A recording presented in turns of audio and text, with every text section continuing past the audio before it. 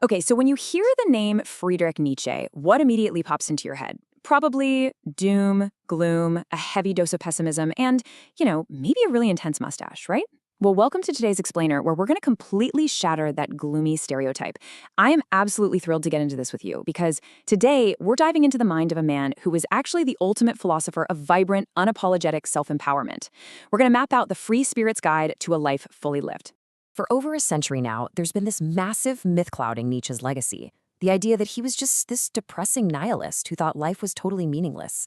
But the reality? It's the exact opposite. Nietzsche was actually entirely focused on being a life-affirming creator of meaning. His philosophy? It isn't about giving up at all. It actually provides this highly practical, incredibly powerful toolkit for building resilience and forging absolute authenticity in what is, let's face it, a really noisy, chaotic world. So let's start with part 1, the misunderstood philosopher.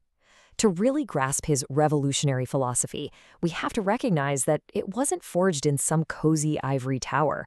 It was actually born out of a life of profound solitude and pretty agonizing illness. Which brings us to a massive concept, nihilism. Basically, the collapse of traditional meaning, absolute truths, and unquestioned moral systems. Now, a lot of folks think Nietzsche championed this collapse. He absolutely didn't. He just diagnosed it. He saw that as society was moving away from traditional anchors like religion and unquestioned dogmas, we'd face this terrifying crisis of meaning. But, and this is a huge but, he didn't see this as a dead end. He saw it as a cleared plot of land, a blank canvas really, where you finally have the total freedom to build something authentically your own. And that brings us to arguably the most famous and definitely the most misunderstood philosophical quote in history. God is dead, God remains dead, and we have killed him. When Nietzsche's madman character yelled this in the marketplace, it wasn't some kind of victory lap. It was actually a dire warning. He was warning us that without our traditional anchors, society risks falling into a super dangerous passive conformity.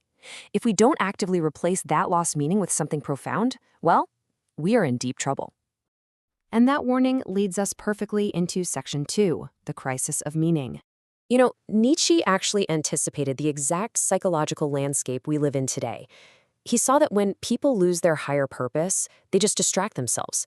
They slip into this reactive, empty life where, instead of creating meaning, we just numb ourselves with aimless entertainment, endless scrolling, you know the drill. We fall into a herd mentality. It's this passive state where we blindly follow trends and harbor toxic resentment, basically blaming the world for our lack of fulfillment.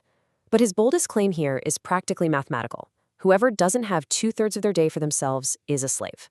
Literally. Whether you're a politician, a business owner, or a clerk. If your time isn't yours to pursue what genuinely fulfills you, you're trapped in the herd. So how do we actually break free from that? That brings us to section 3, balancing your inner chaos. To be a true free spirit, you have to understand that human nature is essentially a constant battle between two completely opposite psychological forces. On one side, we have the Apollonian, named after Apollo, right? This is our drive for order, rationality, and structure. And then on the other side is the Dionysian, the realm of chaos, instinct, deep emotion, and wild creativity.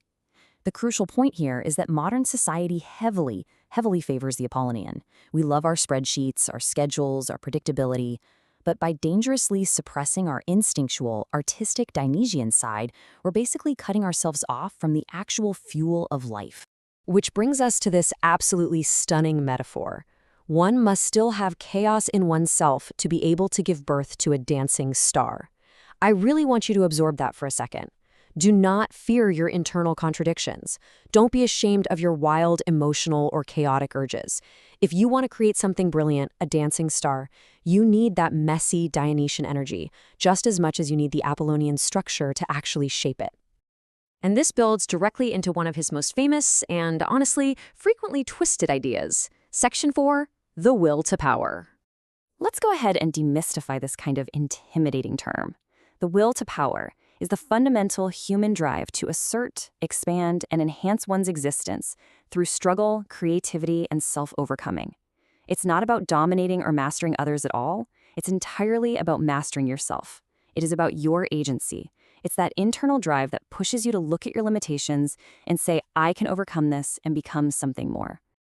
And to prove just how relevant this still is today, check out this fascinating interdisciplinary study. Scholars are literally using Nietzsche to decode global celebrity culture. No way, right? But specifically, they're looking at the will to power in K-pop icon G-Dragon's hit song Power. The linguistic data from this study is super cool. It reveals how G-Dragon uses terms like prove and fight to assert his own authenticity.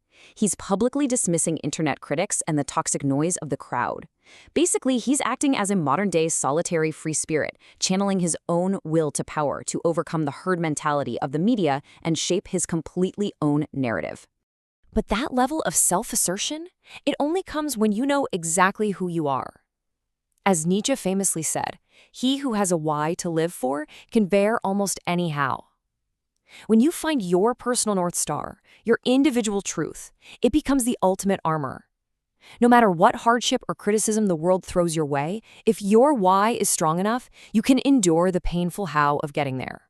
And enduring that hardship requires a radical shift in perspective. So let's look at section 5, amor fati, or loving fate. Amor fati translates to love of fate. But listen, this is definitely not passive resignation. It doesn't mean just shrugging and saying, oh well, bad things happen, I guess I'll just accept it.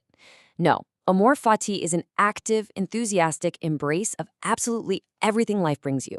It's treating your failures, your heartbreak, and your obstacles as the absolute most essential ingredients for creating your meaning. You don't just tolerate setbacks. You literally use them as the fuel to catalyze your own growth.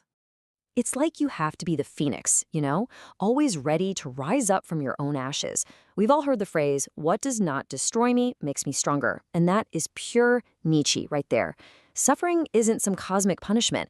It's a mirror. It reveals our biggest vulnerabilities and forces us to burn away our illusions so we can reconstruct ourselves much stronger than before. And all of this leads us to the climax of our explainer today, Section 6, Becoming the Übermensch. The Übermensch, which is often translated as the superhuman or the overman, is the self-created individual who overcomes the herd to forge truly authentic values. Nietzsche had this beautiful kind of haunting vision that humanity, as we currently know it, is merely a rope stretched over an abyss. We aren't the final destination. The Übermensch is the glorious, evolved state of being we're striving toward, a state where we live entirely on our own terms, completely free from the baggage of past dogmas. And Nietzsche actually left us a practical framework for this. Step 1, say yes to experiences and take risks. Step 2, learn to say no to the useless people and habits that just drain you. Step 3, draw a straight line, meaning establish your own unshakable principles. And step 4, formulate your goals. The absolute crucial point here is that true happiness isn't some final reward you just unlock at the end of your life. Happiness is the active, continuous process of creating yourself through these very steps. So if you want to walk the path of the free spirit, do not blindly follow the masters. Learn from them, for sure, but forge your own path. Embrace your inner duality of order and chaos. Drop resentment immediately, because holding grudges only poisons the weak. And above all, create your own meaning. You have to ask yourself, are you ready to stop being a passive spectator, leave the comfort of the herd, and start walking this dangerous but incredibly rewarding path alone? I want to leave you with Nietzsche's ultimate, most provocative test, the eternal recurrence. Would you be willing to relive this exact day, exactly as you lived it today, with every single joy and every single sorrow, 1,000,000 times forever? If your answer is no, then what are you waiting for? How do you need to change your life right now, today, so that your answer becomes an enthusiastic yes? Think about that for a while.